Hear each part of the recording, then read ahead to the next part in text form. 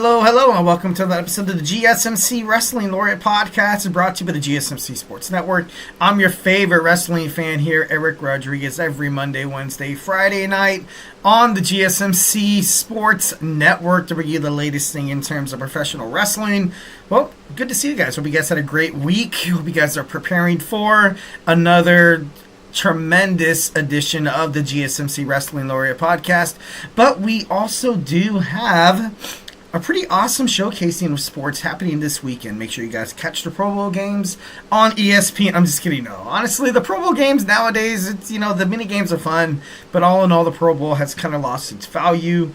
And you can't really blame the players for that. They don't really want to get injured. They don't really want to, they don't want to necessarily put their bodies through harm that they don't necessarily have to endure. But I feel like, Pro Bowl weekend, it should be a little bit relevant. So, I think, a pretty awesome thing that would be pretty awesome to bring back, the Pro Bowl weekend would definitely be, I would love to see the number 1 spot, the 2 spot for the Wild for the draft go at it in a game, and the winner gets the number 1 pick. That'd be pretty cool. At least that's what I would do. Obviously, that's what I would do because I feel like it would bring so much fans' attention. But I don't think Roger Goodell's really going to be into that. But I don't know. It should be an interesting. We got Team Peyton, we got Team Eli taking on each other in a brother versus brother battle royal to find out who is the superior Manning. I'm just kidding. No. I saw that from a commercial. I thought that was actually pretty badass. It was kind of funny. But yeah, we're gonna find out. Who represents the NFL, the AFC or the NFC. Obviously, we do have the Super Bowl in 2 weeks. Who do you guys have, the Eagles or the Chiefs? But we're here to talk about the greatest thing in the world, professional wrestling. So make sure you guys, grab your favorite snack, grab your favorite ice cold beverage, and get ready for an action-packed episode of the GSMC Wrestling Laureate Podcast. So, we have a great show for you today, all lined up. We have our WWE Monday Night RAW recap. We have our NXT review. We're going to talk about Jordynne Grace signing with the WWE. We're going to talk about Baron Corbin on his remarks on a potential WWE return. And then our 5th and final segment, we're going to get into some TNA.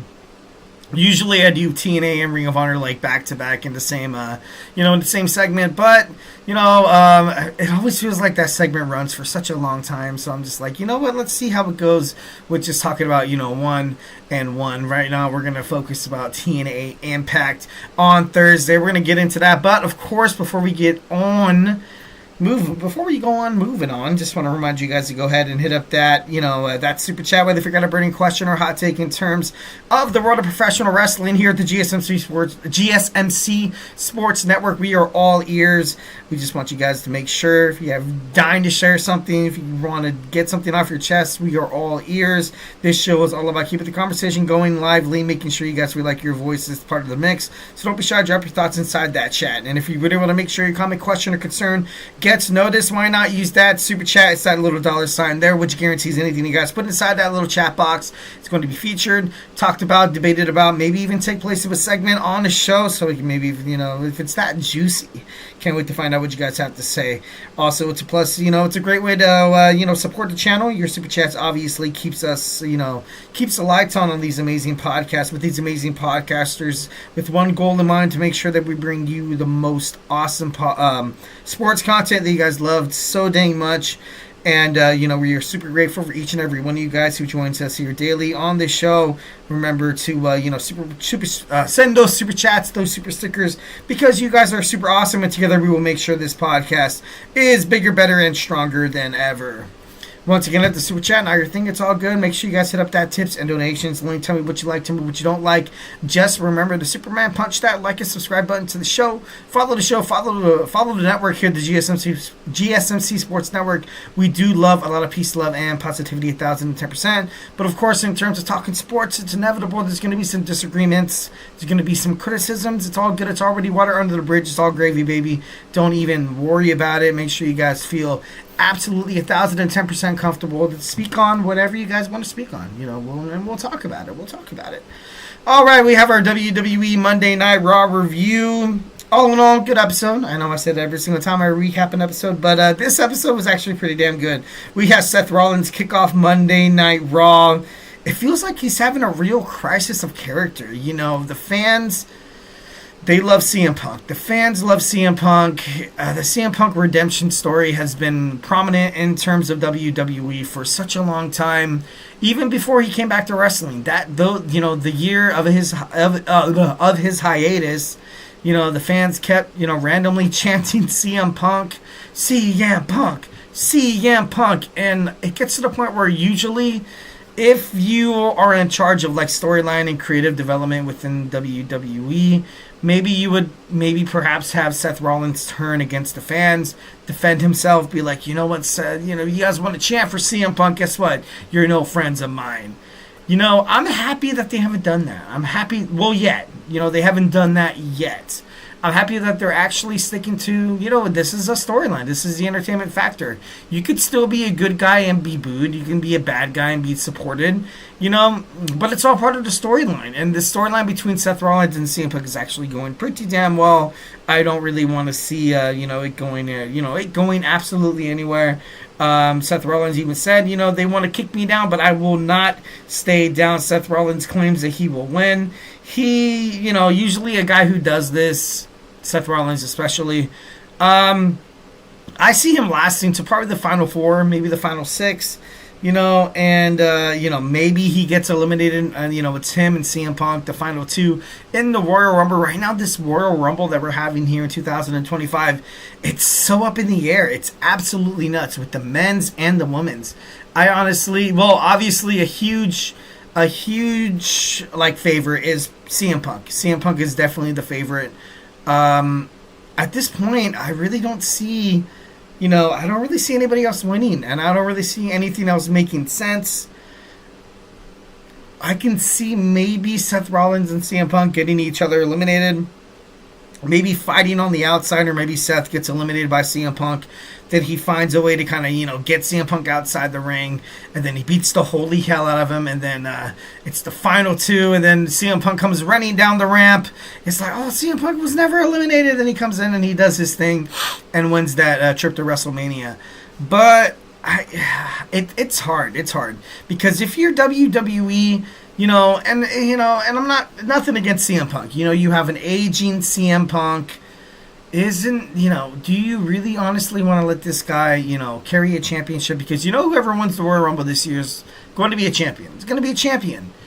But overall, this whole Seth Rollins and CM Punk feud, I feel like, and I might be wrong, obviously this is my opinion, 1,010%, I feel like their feud could ultimately overshadow, a WrestleMania main event amongst, either one of them fighting Cody Rhodes or Gunther for their respective titles. But, it's still all up in the air. I really honestly don't really know who's going to come out, the men's Royal Rumble winner or the women's. I can't wait to find out this Saturday. And of course, Gunther comes out, starts cleaning stuff up. I liked how he started talking about his legacy. He defeated Jey Uso. He's defeated a lot of superstars that got in his way. And then Logan Paul comes out. Logan Paul makes his WWE Monday Night Raw debut, and it was, it was short of stellar. I got to be honest. He was booed a lot. He was ultimately kind of booed off stage a little bit. Nobody really wanted to hear what he had to say, which is kind of sad because you got to love the YouTube star there. But maybe he can be a great heel. Maybe he's this Netflix day and age era of professional wrestling. Maybe he's a heel. It works. He's a bad guy. People love, ultimately what you're trying to do in professional wrestling is to kind of, you're trying to cause a stir within the fans, either positive or negative. So, someone like Logan Paul, with all this access, with all the followers in terms of social media, you drop a bomb, you drop a promo, talking crap about something or someone that the fans love so damn much. They're going to like it. They're going to pay attention to it. They're going to get the attention. What's the old saying?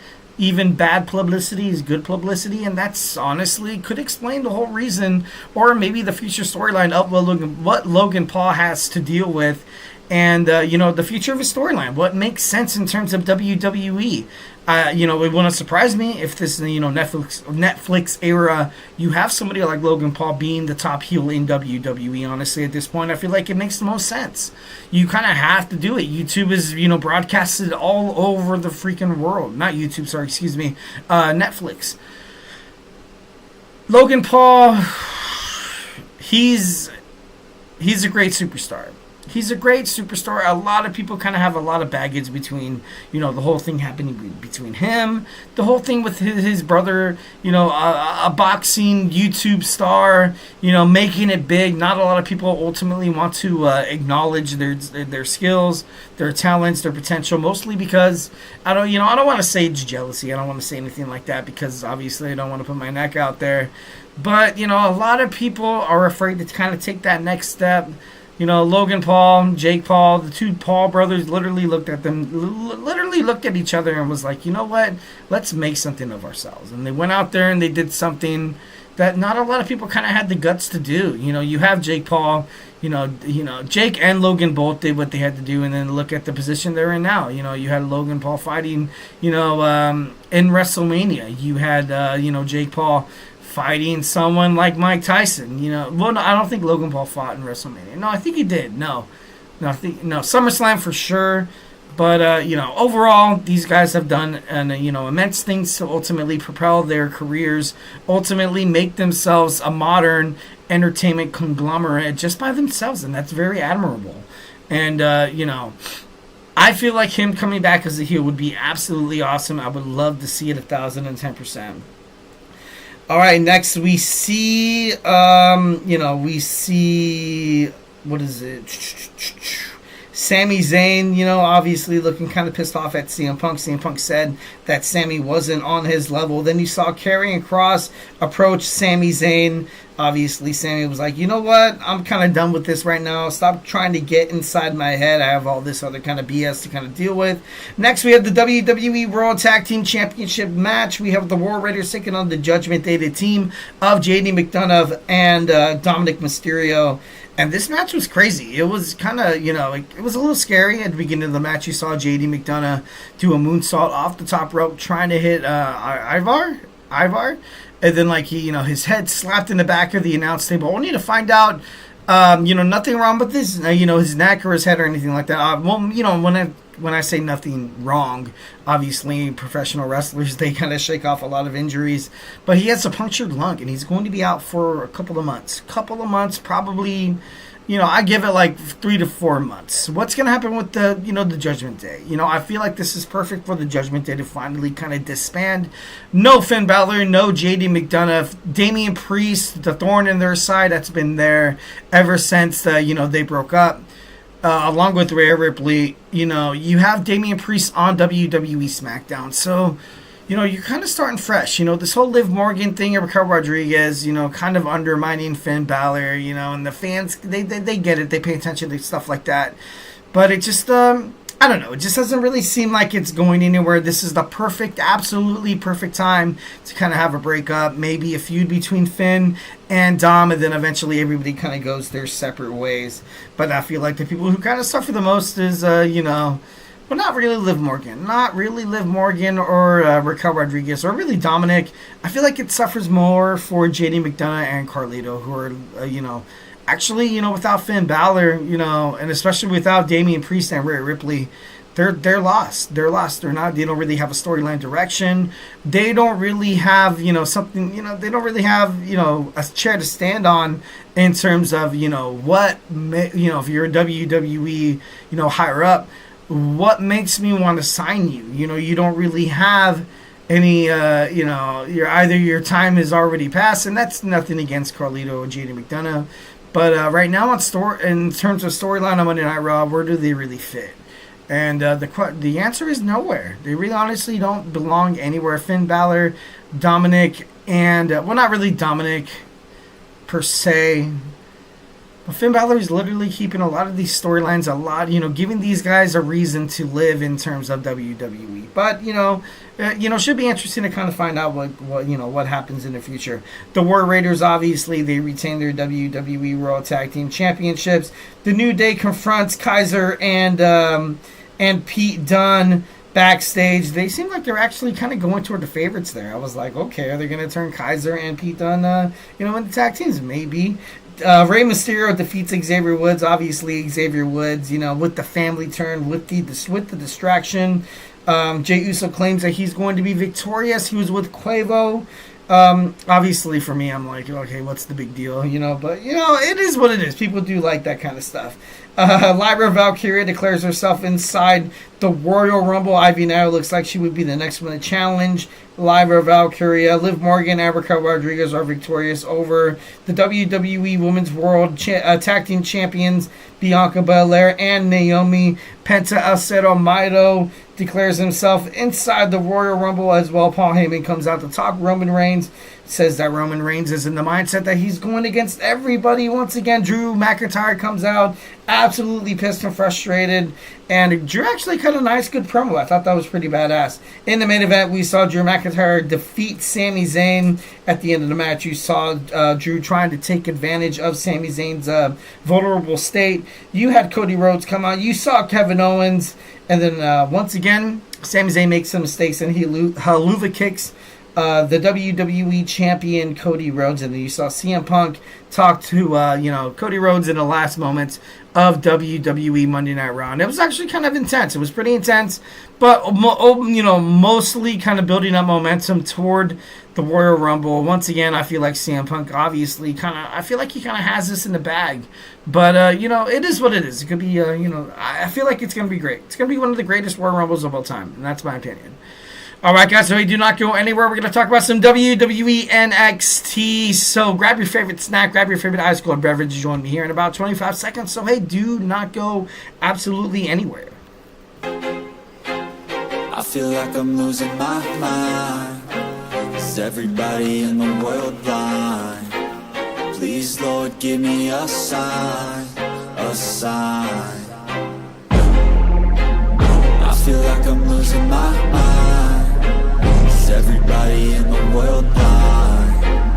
Please Lord, give me a sign, a sign. I wanna be the greatest. Everybody on the fake shit. I look around and feel like everybody is the fakest. I make this every day and I'm impatient, hoping one day I blow up from the basement. Statement, the top is so vacant. I don't hear shit that I think is amazing. Waiting for my day when I'm playing sold out shows for 1,000 faces. Hey, give me that crown, get in my way and to be put down. It ain't your place, all this my town. If I want that shit, then I'll get it right now. I'm losing it, the noose it fits. I'm losing shit, a stupid myth. You choose to live or choose to dip. You choose to fight or lose your grip and lose a gift. I feel like I'm losing my mind. Is everybody in the world blind? Please Lord, give me a sign, a sign. I feel like I'm losing my mind. Is everybody in the world blind? Hello, hello, hello, and we are back with the GSMC Wrestling Laureate podcast, brought to you by the GSMC Sports Network. I'm your favorite wrestling fan here, Eric Rodriguez, every Monday through Friday, 8 p.m. Pacific Time, 11 p.m. Eastern Time, here to talk about the greatest thing in the world, professional wrestling. Make sure you guys smash that like and subscribe button to the show. All right, without further ado, let's go and jump on into our next segment. We got our WWE NXT review, but obviously before we get on into any of that, I just want to remind you guys to go ahead and hit up that super chat, whether if you got a burning question or a hot take in terms of the world of professional wrestling here at the GSMC Sports Network. We want you guys to know that we are all ears, 1,010%. We want you guys to feel absolutely comfortable. Make sure you guys keep the conversation lively with your amazing, beautiful comments, so do not be shy. Drop your thoughts inside that chat, and if you really want to make sure your comment, question, or concern gets noticed, why not use that super chat? Go ahead and whatever, basically hit that $ right there. It's going to guarantee anything you guys put inside that little box right there. That little chat box is going to be talked about, debated about, talked about, maybe even, take place of a segment if it's absolutely that juicy. I can't wait to hear your guys' professional wrestling hot takes, WWE, AEW, TNA, or just something that happens outside the ring. Tell me why John Cena is a crappy actor. Who knows? Maybe, maybe we might stem conversation off of that. But, who knows? Who knows? Obviously, your super chats helps us keep the lights on all these amazing podcasts and with all these amazing podcasters who have absolutely one goal in mind, to make sure you guys consume all the amazing sports content that you guys love so damn much on a day-to-day basis. We obviously, we are super grateful for each and every one of you guys who joins us here daily on the GSMC Sports Network. So don't forget to Superman punch that like and subscribe button to the show. Follow the show, follow the network. So let's go ahead and keep this party going, guys. Let's, send in those super chats, those super stickers, because you guys are super awesome, and together we will make sure this podcast is bigger, better, and stronger than ever. Once again, if the super chat is not your thing, go ahead and hit up that tips and donations link at the GSMCpodcast.net. Tell me what you like, tell me what you don't like. Just remember to Superman punch that like and subscribe button to the show. Follow the show, follow the network here, the GSMC Sports Network. We do love a lot of peace, love, and positivity 1,010% of the time. But of course, in terms of talking sports, it's inevitable. There's going to be some criticisms. There's going to be some disagreements. Guess what, guys? It's already water under the bridge. We want you guys to feel absolutely super comfortable. So I feel like you guys could state, give us your hot takes. We don't mind hot takes here at the GSMC Wrestling Laureate Podcast. All right, so make sure you guys feel absolutely ready to drop some knowledge on your brother. Your boy E here from the GSMC Wrestling Laureate Podcast. All right, without further ado, we got WWE NXT review. We kicked off with Bayley teaming up with the beautiful Madness, Giulia, the WWE NXT Women's World Champion, taking on Roxanne Perez and Cora Jade. This match was actually one of my favorite matches of the bout, and I'm going to tell you why. I felt like it was a great way for Roxanne to, she lost the championship. She lost the championship, but then again, she lost it to an international wrestling star. She had this gauntlet. You had Jordynne Grace. Then you had, you had the likes of Giulia. Then you had Stephanie Vaquer. Then all these girls are coming after her and her title. And, she was actually able to kind of stand her backbone here in this match. I feel like this is a great way for her to kind of be in this position where maybe she will challenge for her, she has a rematch clause, but it's going to be a NXT Vengeance. It's going to be a triple threat match with Giulia and Bayley. But I feel like ultimately this match was kind of left open to the point where it was like, you know what? And Roxanne Perez regaining that NXT Women's World Championship is not crazy whatsoever. I feel like this is also a great spot for her to kind of declare herself within the WWE Women's Royal Rumble. I felt like that was a nice spot for her as well in this, in this particular matchup. It shows that she has so much left in the tank. It shows that she has so much left in the tank. Will she leave NXT right now? Honestly, at this point, I feel like it wouldn't make sense for her to kind of do so, but then again, I feel like it could, because I feel like NXT, you have all these rising stars who want to be all they can be, like Stephanie Vaquer, like Giulia, like Lash Legend. You have all these amazing superstars that are coming, like Jordynne Grace recently signing with WWE, Zarya as well, Kaylani Jordan, Lola Vice. There's a lot. It's like the NXT women's division is so freaking stacked to the point where it's like, what, if we miss out on Roxanne Perez, I feel like she would be better. I honestly would love to see her challenge Lyra Valkyria on WWE Monday Night RAW. That's the woman that she defeated to become the NXT World, champion for the second time. So that would be a nice little rekindled, rivalry there. And, but Roxanne Perez is so damn impressive, and I can't wait to see what she has in the future. Later on in the show, we saw Cora Jade a little frustrated with Roxanne Perez. Roxanne Perez basically blaming their loss on Cora Jade, saying that, hey, she got pinned, I did not get pinned. So, obviously building up to that triple threat match.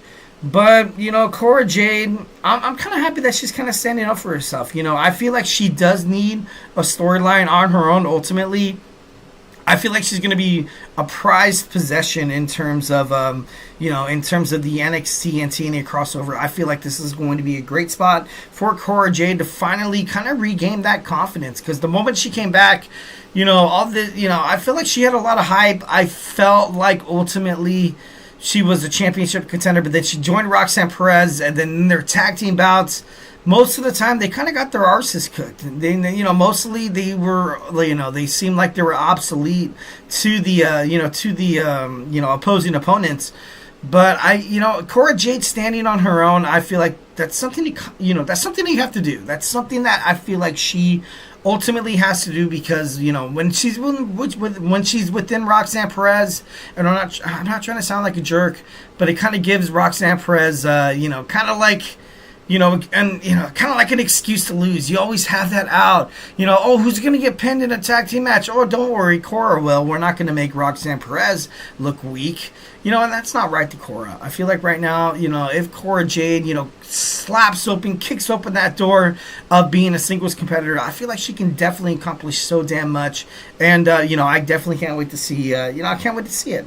Next, we have the Grayson Waller effect. We have them interviewing the WWE NXT World Heavyweight Champion, Oba Femi.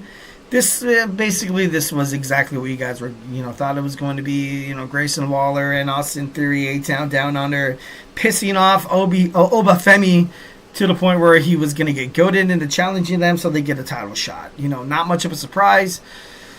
I don't know what I don't know what WWE is doing with this tag team. I really want to see them split up, but Austin Theory being on his own, he was a Vince McMahon guy, and when he was on his own doing single stuff, didn't really work out. Bad bookings. You can make all the excuses in the world, but maybe it was a blessing in disguise. Maybe he's not ready to kind of do that kind of stuff. I personally don't see him as a WWE champion. I really honestly don't. And it sucks because he plays the part. He looks good. But the talented wrestlers right now that you have on the roster that ultimately can be the WWE champion or the World Heavyweight Champion, totally insurmountably in terms of talent, not really in terms of talent. That's not fair to Austin Theory. But I guess, name, image, likeness. Like, he would be a great heel champion. But I feel like ultimately him winning the championship right now would kind of remind me of like when Kevin Owens won the WWE Universal Championship, where every single time he defends, Grayson Waller finds a way to kind of help him retain the title, and then he's never really won anything on his own. And, it's not bad to be in that spot. It's not. You're a world champion, through in and throughout, so you can't really get upset about that.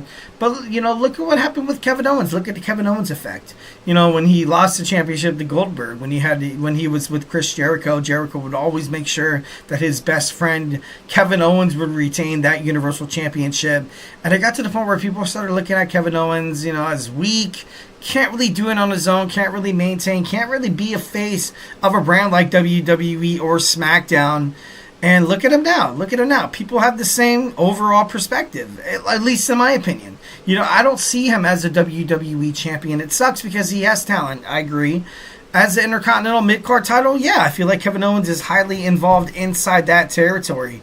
But, so WWE, obviously, with the whole thing with Austin Theory, then he ended up winning the United States Championship and, being a heel. And I feel like I think he won it from Bobby Lashley, which was an absolute, shocker. Something that probably should have never happened. But I don't know. I don't know. I feel like I want to see the great spot for Austin Theory, but at the same time, I just want to make it. It just has to make sense. Yeah. So Trick Williams comes out, obviously super pissed, and he's taken out by Oba. Then we have a match start. We got Wesley taking on Trick Williams. Wesley defeats Trick Williams via disqualification because Trick Williams absolutely went nuts. And obviously good for Wesley to kind of sneak one out of there. WWE NXT Women's North American Championship. We saw Fallon Henley defeat Shotzi. It was a good match. Stephanie Vaquera came out randomly after the match and was basically, Shotzi defeated her for the number one contendership. Obviously, there was a little black and gray areas, but then Stephanie Vaquera comes out and then automatically she gets granted a title match, which isn't bad. But, is Fallon Henley, ultimately like a place card, like a transitional champion, just so, Stephanie Vaquera could, she can understand the whole vibes of WWE NXT, just so she can, kind of get used to what it takes to fight inside that squared circle. She's been all around the world fighting, especially, in the CMLL, the former New Japan Professional Wrestling's Women's Strong Champion. And then she comes out to just, demand a title shot. I'm not totally against it. I know the star power that Stephanie Vaquero ultimately kind of has. But, with this with the fatal influence, Jasmine Nix, JC Jane, and of course the NXT Women's North American Champion Fallon Henley, you kind of have to play this delicate because, you can propel somebody's career, which would be, Stephanie Vaquero becoming the new champion. And you would just see, Henley's, Jane's, and Jasmine Nix's, career kind of falter a little bit. So I feel like WWE NXT creative really had, they kind of have to be careful in terms of that. Keilani Jordan, backstage talking to Carmen Petrovich, kind of showing the heel tendencies once again, kind of showing that she could be, she could be a B word, and then, she was talking to Carmen. She was like, but Shanti's going to leave your ass again. And then Petra was like, oh, what a, it was pretty entertaining. It was kind of cool. Obviously, they're going to face in a one-on-one match next week on NXT. Ethan Page defeats Cedric Alexander, tries to attack Alexander once again, but Javon Evans comes out to rescue. Women's World Tag Team Championships. I got to be honest, this was a great match. Very, very controversial ending, but Naomi and Bianca Belair retain. Jakara Jackson and Last Legend obviously have no reason to hang their heads. They are the future of WWE, and they did so damn well. I can't wait to see what they have to do. Well, what the potential that they have, heading, when they go to WWE SmackDown or maybe even Monday Night Raw. I feel like Jakara Jackson, Last Legend, super impressive. Naomi, Bianca, they gotta drop the titles. They gotta drop the titles to somebody. I don't know who it's going to be, but we gotta get ready for when Jade Cargill comes back, and I feel like she's also a heavy favorite to win the Women's Royal Rumble. But NXT overall, good show. All right, guys, so do not go anywhere. We're going to talk about Jordynne Grace signing with the WWE. So grab your favorite snack, grab your favorite ice cold beverage, and join me here in about 25 seconds. So, hey, do not go anywhere. Looking for your daily fix of sports talk without having to pay for it? GSMC Sports Network is available on YouTube. Just search GSMC Sports Network. Get your fix of daily sports talk shows on YouTube, absolutely free. NFL, college football, NBA, MLB, MMA, UFC, fantasy football, and so much more. GSMC Sports Network has shows running all day long, with new sports shows starting every 2 hours. Just like on your favorite cable sports channel, except GSMC Sports Network is absolutely free. Just search GSMC Sports Network on YouTube to catch one of your new favorite shows, like the GSMC College Football Podcast, Chip Shot Football Podcast, Hoops and Heels Women's Sports Podcast, GSMC Basketball Podcast, and so many more. Check it out for yourself. GSMC Sports Network, now available on YouTube absolutely free. Search GSMC Sports Network on YouTube right now.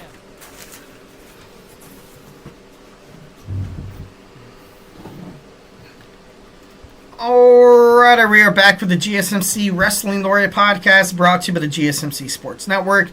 I'm your favorite wrestling fan here, Eric Rodriguez, every Monday through Friday, 8 p.m. Pacific Time, 11 p.m. Eastern Time, here to talk about the greatest thing in the world, professional wrestling. We talk about all the action inside and outside of the ring, backstage curtain calls, rumors, dramas, and updates. We talk about, contract negotiations, inactive statuses, injury updates from promotions like WWE to EW to TNA to Ring of Honor to Stardom to New Japan Professional Wrestling. If it makes major news in the world of professional wrestling, we talk about it here on this show 1010%. So don't forget to Superman punch that like and subscribe button to the show so you guys can get some notifications when we go live. All right, without further ado, let's go and jump on into our next segment. We got Jordynne Grace, the juggernaut of TNA, signs with the WWE. Honestly, a lot of people kind of saw it coming. Obviously, kind of donate to the show. Make sure you guys follow the show, follow the network, hit up those super chats. But Jordynne Grace is great. Jordynne Grace is great. Huge signing by WWE. it is no surprise that, WWE can land a big fish like Jordynne Grace. Will she necessarily kind of take a first baby step into this into the arena, so to speak, of WWE? I feel like she could right off the bat win the Royal Rumble. This changes things immensely. That means that she's going to for sure be in the Royal Rumble, and she could win. She could win. She could definitely challenge Tiffany Stratton. She can challenge Tiffany Stratton. She can challenge Rhea Ripley as well. Her and Rhea Ripley obviously have a lot of good chemistry together. They established backstage, obviously, with the partnership with TNA and WWE NXT. But we're going to see Jordynne Grace. What number will she be? I'm going to go out on a limb and be like, I'm going to say number 15. She's going to come out number 15. You're going to hear her badass Juggernaut theme song, and then bam, she's going to come out, maybe even potential win it. She's going to be the Final Four, definitely 1,010%. She came on last year's WWE Royal Rumble, and it was a complete shock. Everybody loved it. I loved it. When I saw her, I jaw to the floor. And all the stuff that she's been doing with WWE NXT as well just means it's going to be so damn great, which means that you could probably pencil in Roxanne Perez coming into the Women's Royal Rumble as well. Like I was talking about in the earlier segments, I feel like this WWE Royal Rumble is going to be star-studded, so it has to be memorable. There has to be a shock factor. For the men's, I'm like, you know what? I'm banking my money on CM Punk. But for the women's, Jordynne Grace comes in, Roxanne Perez, Charlotte Flair returns, freaking Becky Lynch. Who else? Asuka, Alexa Bliss. Oh my God, the Women's Royal Rumble is probably going to be badass. A lot of people are kind of contemplating on maybe a return by AJ Lee. I'm not going out on a whim that much and saying that. But, it could happen. It could definitely 1,010% happen. I wouldn't dispute the fact that she's going to make her official WWE debut at the Royal Rumble. Jordynne Grace, she flew to the Performance Center after TNA Genesis. She's canceled all of her independent wrestling appearances this weekend in Texas. Grace is, currently in Indianapolis this weekend.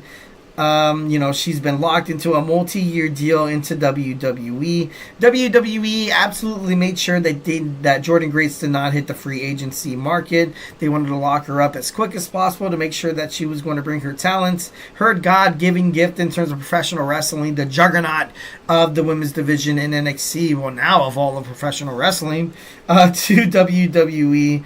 And this was one of the quickest signings in WWE history. Not a lot of people kind of ultimately can wrap their heads around this. People don't really get the fact that, women's wrestling is, it's kind of, it's amazing. It's amazing. NXT women's division is insane. Adding somebody like Jordynne Grace could be, it's going to be the best thing in the world of professional wrestling for fans, for the company. Ticket sales, merchandise sales, it doesn't matter. Jordynne Grace brings that much heat to your wrestling promotion. And, being in WWE NXT for the, she was there for a little bit. She kind of dipped her feet in a little bit. At this point, I feel like she's kind of fought people. She's fought in, a lot of people. She was in that 5-on-5 women's, tag team match. Damn, what was it? Sorry, excuse me. What's it? Not War Games. No, it was New Year's Evil? I think it was New Year's Evil. It was a big 5-on-5 women's tag team match where she teamed up with Zarya, Keilani Jordan, Stephanie Vaquer, and Giulia, against Fatal Influence, Roxanne Perez, and, Cora Jade. Her in WWE NXT would be great. But I feel like she's already done that. Why not put her in a position where she could do something more? Maybe, if she's on SmackDown, if you're Chelsea Green, the Women's United States Champion, I would be super worried about your title run. I would. I'd be like, okay, bam, it's over. I'm just kidding, no. I'm not trying to be mean or anything like that. But that's just something that Jordynne Grace can do. That's something that she can bring to your wrestling, promotion. Will she win the Royal Rumble? Wild card, maybe. My favorite to win the Women's Royal Rumble has to be Jade Cargill. Because I feel like, in terms of Bianca Belair and Naomi and everything about who attacked her, I feel like it'd be great. I feel like it would be great 1,010% for her to win the Royal Rumble, because then it would create, she has a title shot, Bianca doesn't, some animosity between the two. But, Jordynne Grace could definitely fall into that category as well.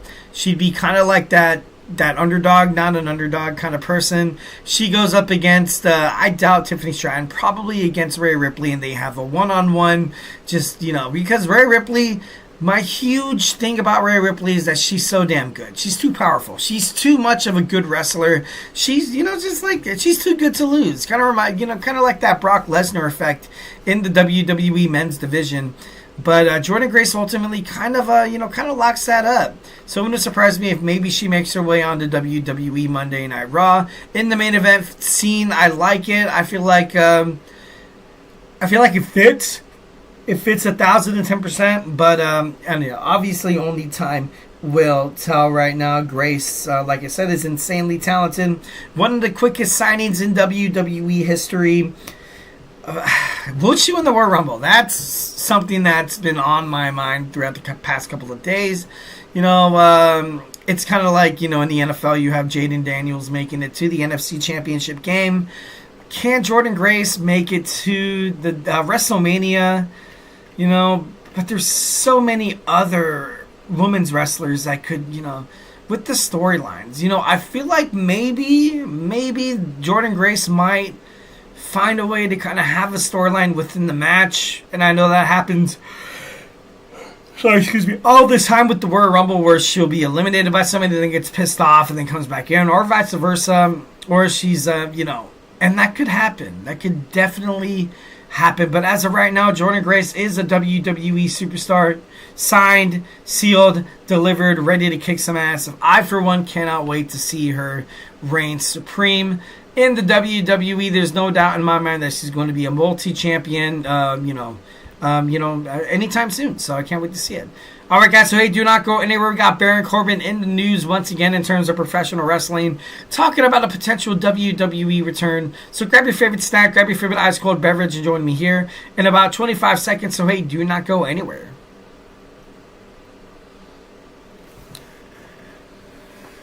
For the best and latest podcasts available anywhere, go to the podcast app on your cell phone and type in GSMC to access free content-rich podcasts on health and wellness, book reviews, sports, entertainment, relationships, social media, movies, technology, finance, and even weird news. Subscribe and download the GSMC Podcast Network's family of shows, available everywhere podcasts are found.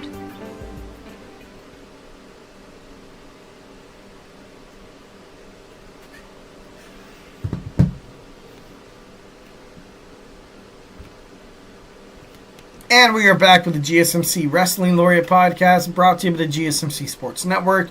I'm your favorite wrestling fan here, Eric Rodriguez, every Monday through Friday, 8 p.m. Pacific Time, 11 p.m. Eastern Time here to talk about the greatest thing in the world, professional wrestling. We talk about all the action inside and outside the ring, backstage, curtain calls, rumors, dramas. We talk about injury updates, inactive statuses, contract negotiations, extensions.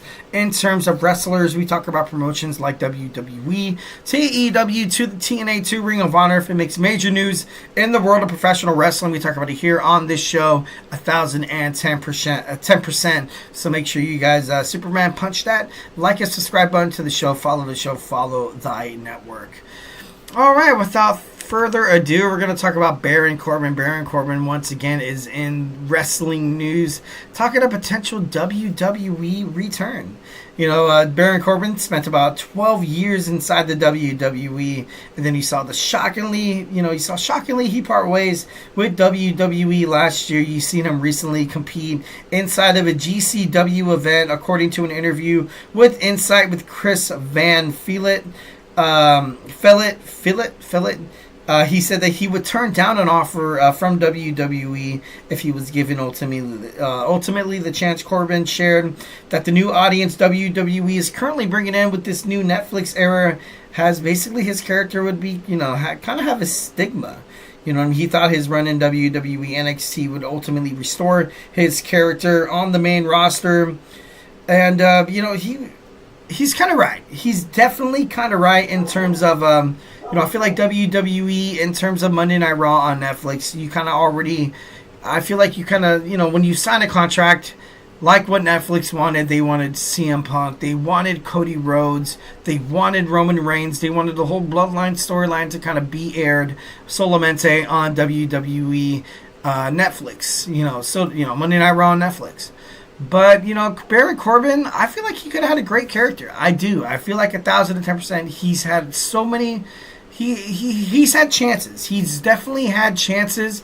But then again, due to bad booking, and I honestly do not put any of this on Baron Corbin. The guy's, you know, Andre the Giant Memorial Battle Royal winner. He's Golden Gloves boxer. You know, he's good. He really is. He's talented. He's physical. He can, you know, he could definitely, you know, rough it up inside the squared circle with the best of them, including Roman Reigns, Dean Ambrose, Seth Rollins, John Cena, and, you know, basically anybody. And it just ultimately boils down to the fact that once when this guy won the Money in the Bank, he kind of, you know, Baron Corbin is known not backstage, kind of he's known by anybody of kind of being a hothead. You know, he's a little bit of a hothead. Who isn't? You know, who isn't? Especially when you have dumb creative officials, you know, tell you what you're going to do. And it was, you know, it seems, you know, hey, man, do Happy Corbin. Hey, guess what, man? You're going to be broke as hell. You're going to be broke, sad-ass Corbin. You know what I mean? Like, you're going to be Constable Corbin. He went through so many different character changes, and Baron Corbin, literally, he went out there, looked him dead in the eye. He was like, you know what? I think it's stupid as hell, but I'm going to do it. And he went out there and he performed to a T. He did it great. Fans believed it. I definitely believed it. I thought Baron Corbin's character died ultimately once when he lost his hair, and when he was this lone wolf badass from WWE NXT, making it to WWE SmackDown, winning the Money in the Bank. I thought this guy was gonna come out and just absolutely run rampant, absolutely be the talk of the town. I wanted to see this guy literally hurt people. I wanted to see something like that. But like I said, you know, you don't cross the boss. You know, he according to reports, he went off on WWE officials. I don't know if it was Bruce Pritchard. I don't know if it was Vince McMahon himself. But then after that, he got banged. He got effed after that. It sucks. It sucks. He was very talented. Had a very promising start. He lost the Money in the Bank match, and then with the whole thing with John Cena and stuff like that. And it was embarrassing. It was embarrassing. I don't know if Vince McMahon kind of went out on a limb to make sure Baron Corbin was made an example of, and then he went off and started up. But it wouldn't surprise me. It would not surprise me. Later on down the line, you found out that Kurt Angle's whole angle or spiel or storyline with Jason Jordan being his illegitimate father. You know, it was a joke by Vince McMahon, about I know Kurt Angle's had a lot of history with, African American, women. And then he has an illegitimate son with Jason Jordan. And, according to reports, he made that storyline up. It was to trash Kurt Angle. It was to trash Kurt Angle when he came back from TNA. Make an example of him. Don't cross the boss. You come back, yeah, you could be the general manager of Monday Night Raw. Oh, but then my daughter and her badass husband's gonna come in and make you feel absolutely like crap, make you feel absolutely obsolete. And that Baron Corbin got the right hand of Vince McMahon as well. And back then, I don't know if any of you guys watched this, the Vince McMahon documentary, Mr. McMahon, on Netflix. This caused a lot of problems with Vince McMahon because, he would mostly let his temper get the best of him. He would mostly, feel like he is always right. There's most of the time where he would book bookings for SmackDown and Raw, but then the next week not remember it. And so you would see, things kind of happen over and over again, like a wash, rinse, and repeat cycle, like you're looking at a freaking dishwasher. And I feel like Baron Corbin is one of those people who suffered the most of it. He definitely did 1,010%. WWE creative never really knew how to handle his talents. How to, why get rid of the lone wolf? Everybody loved it. everybody absolutely 1,010% loved it. And then, he becomes King Corbin. Yeah, you win the King of the Ring, that's cool. It's an achievement. You win the Money in the Bank, but never really cash it in successfully. That's not really such a big deal. It's how Baron Corbin literally went.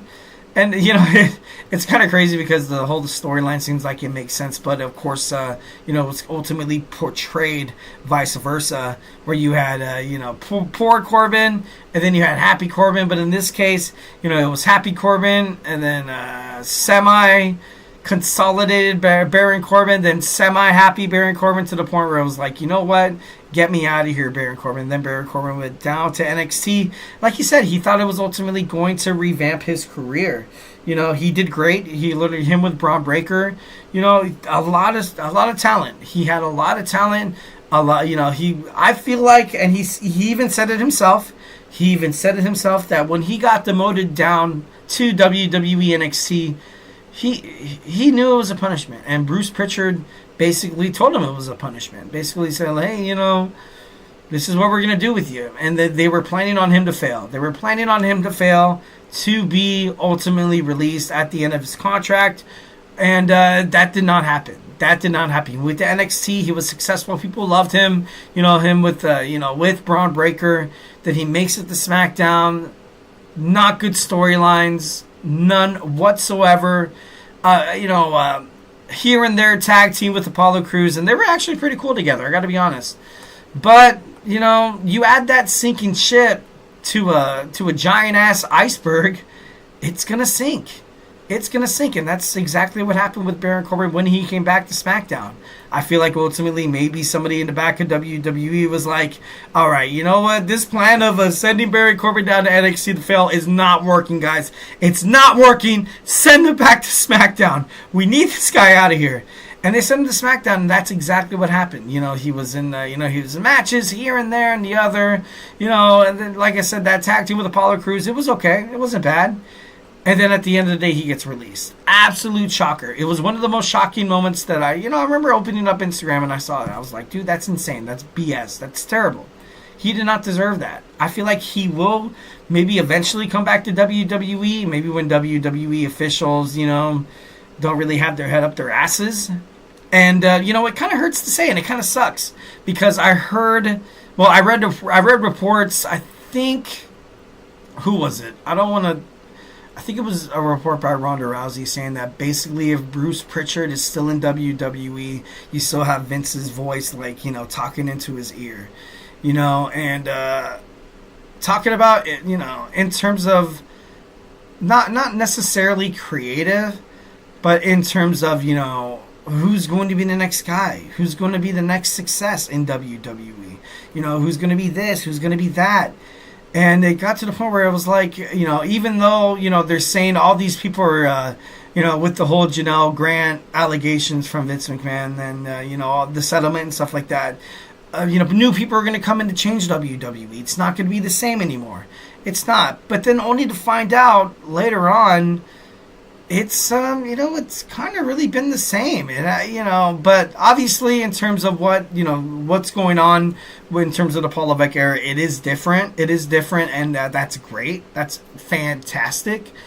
But according to reports, a lot of people think that the culture in WWE headquarters, thought that things would get better when he kind of saw the departure of Vince McMahon. But, I guess people think that it's more or less kind of the same, maybe a little bit better. So I feel like you kind of have to, handle that internally, get it better, and then maybe you might be able to kind of handle talent like somebody like Baron Corbin to the point where you can kind of bring him back. I wasn't I wasn't the biggest Baron Corbin guy. I wasn't. Of course, when he came in NXT the first time, I loved it. I thought that was super cool. I thought with the whole Lone Wolf thing, I thought it was badass. But, it just wasn't, it just wasn't for him. When he came back, I don't know. And, it is what it is. It is what it is. But, I don't know. Baron Corbin had this to say, and he said this, and I quote, "I've always done everything that I could. I've always been asked to do things. And guess what? I went out there and I did exactly what I was told to do." And like I was talking about earlier in this segment, he did that. He did that. Whether if it made him look absolutely, if it made him look like a jackass, if it made him look stupid as hell, he still went out there and he did it. But, ultimately, Baron Corbin, when you tell him to do a job, doesn't really necessarily mean that, you're going over or anything like that. He's going to go out there and, if you want him to make an ass out of himself, he's going to go out there and be the best at that. If you want him to go out there and be this dominant force, he's going to go out there and do that. If you want him to put young talent over, guess what? He's going to do it, although he's a young talent in and himself. But, it is what it is. Baron Corbin maybe coming back to the WWE might be up in the air, but then partially, maybe not. All right, guys, so we do not go anywhere. We're going to finish this night with some TNA Impact preview. So grab your favorite snack, grab your favorite ice cold beverage. Join me here in about 20 seconds. So, hey, do not go absolutely anywhere.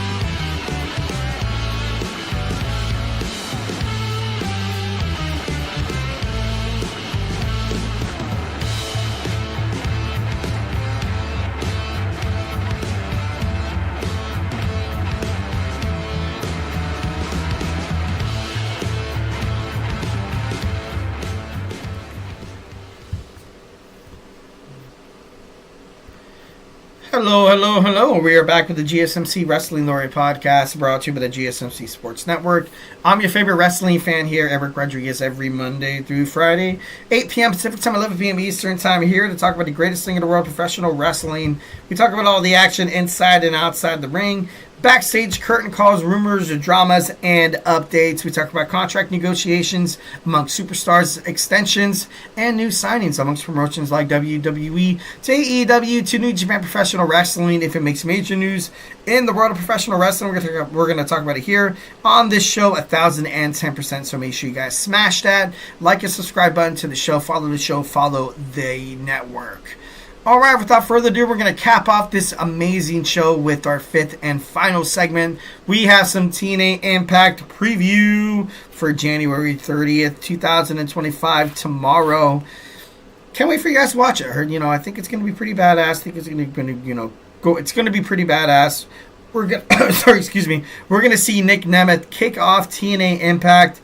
After that tough loss to Joe Hendry at TNA Genesis, we're going to see the former TNA World Champion kind of show what's next. What is next for TNA? What is next for Nick Nemeth? What's next for Ryan Nemeth? What's next for... I feel like maybe them being a tag team together, I don't know if you put Nick into a position where he could turn heel, because you have a lot of baby faces. Last week on TNA Impact... last week you saw Josh Alexander, betrayed, and you kind of saw him maybe jumping into that babyface storyline potentially. And then you have Mike Santana as well. You have the returning Mustafa Ali, but Mustafa Ali can play a pretty good heel. We've seen that before. He left TNA for an undisclosed amount of time. Now he's back. Maybe Nick finds himself with Ryan, but Ryan, oh God, his brother's such a... can't even say it with a straight face. Talented. He's a talented, cocky, arrogant, self-fulfilled, or however you like to call it. And I don't know, maybe he might find a way to kind of, be with his brother to kind of, make a mark. Maybe he invoke his rematch, his rematch clause pretty soon. I think so. That'd be pretty badass. Maybe you see a face-to-face between him and Joe Hendry. I would love to see Nick Nemeth kind of stay on the same side where he is right now. Maybe he makes a run on WWE NXT. I feel like that's highly unlikely. I feel like a lot of TNA stars that had past baggage with WWE will never go back. Like, I really doubt Matt Cardona would come back.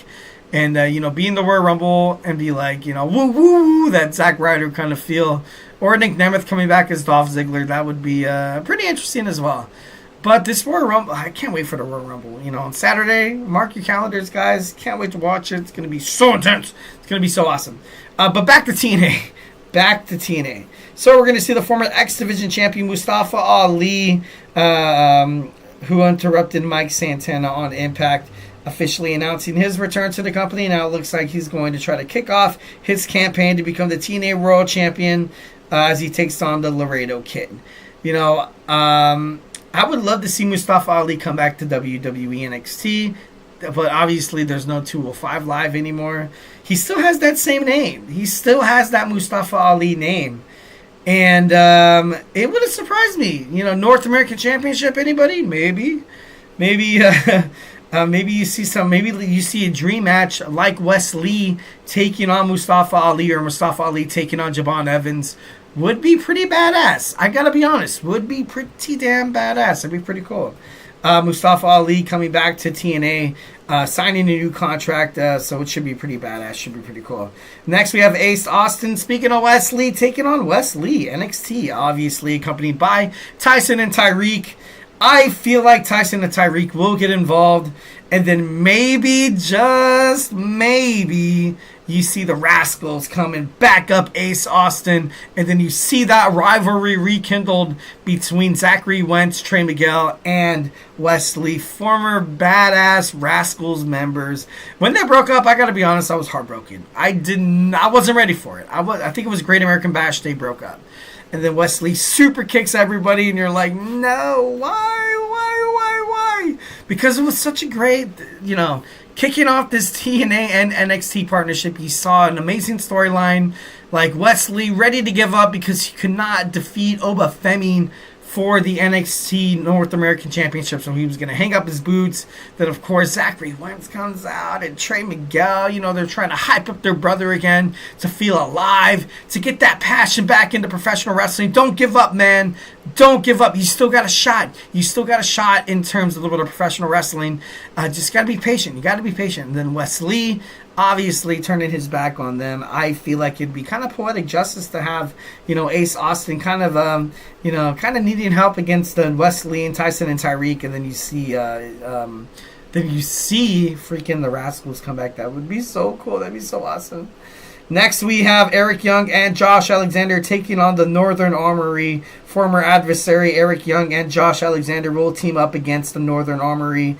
After the faction's betrayal of Alexander last week on TNA Impact, will Judas Icarus and Travis Williams use the match to make a statement, or will they basically end up losing?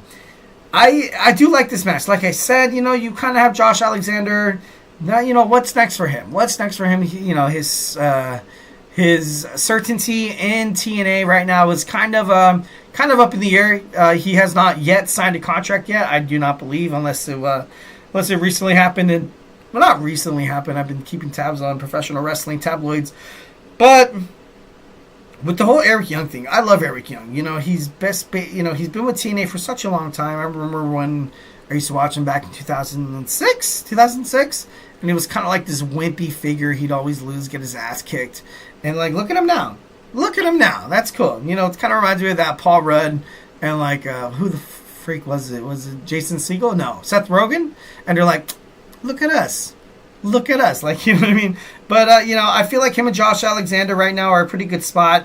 I honestly would love to see Josh Alexander in the Royal Rumble. It should be pretty badass. Next on TNA Impact, we have Cora Jade in action after her shocking confrontation with the Knockouts World Champion Masha Slamovich at both the Genesis and last week's TNA Impact. NXT's Cora Jade will be in action on Thursday, and should be interesting to kind of find out who she takes on.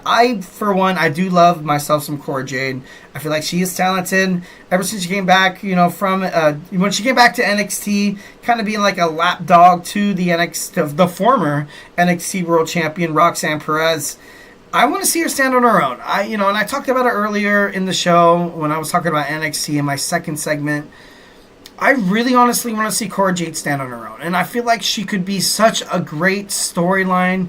such a great promoter. She has the it girl factor to her. I would love to see her go up against, I'm not too sure about Masha though. Right off the bat, I feel like that kind of attention's like, okay, you're going to be this cocky, no good heel, and you're going to go right into the lion's den and probably lose. Then that's just going to make Cora Jade seem even more weak. But then again, Masha, she's had a decent reign so far. Maybe, just maybe, you see Cora Jade dethrone the TNA Knockouts World Champion, becoming the first ever WWE NXT superstar to hold a TNA Impact, title. I wouldn't be mad at that. I would not be mad at that whatsoever. I feel like it'd be pretty cool. And now Roxanne Perez would, now she would be Cora's lapdog. So it's, and then Roxanne Perez gets jealous, wants a piece of Cora. There's so many storylines that could develop if Cora Jade defeats Masha Slamovich for that TNA Knockouts World Championship. And I would be absolutely all for it. We have Brian Myers taking on Leon Slater, and then Sami Callihan has been tormented by the mysterious number 23, who was revealed to be Steph D. Lander and Mance Warner. This whole digital media championship with the PCO, destroying the belt on GCW. I guess it was real. I guess, but it could be kayfabe. Maybe PCO comes back on Impact. Who knows?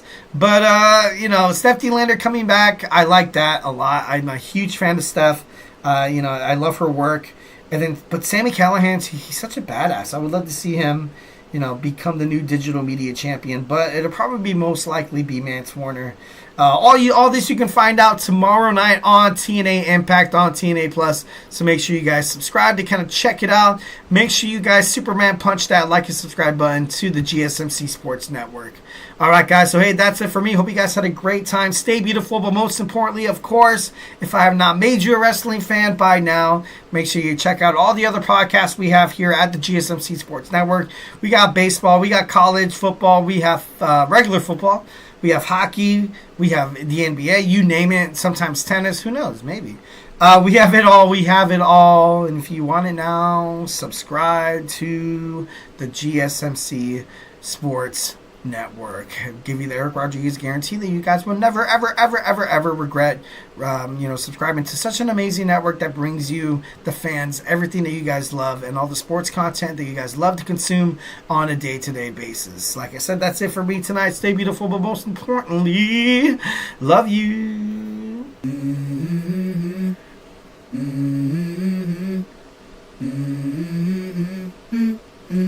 Let's go.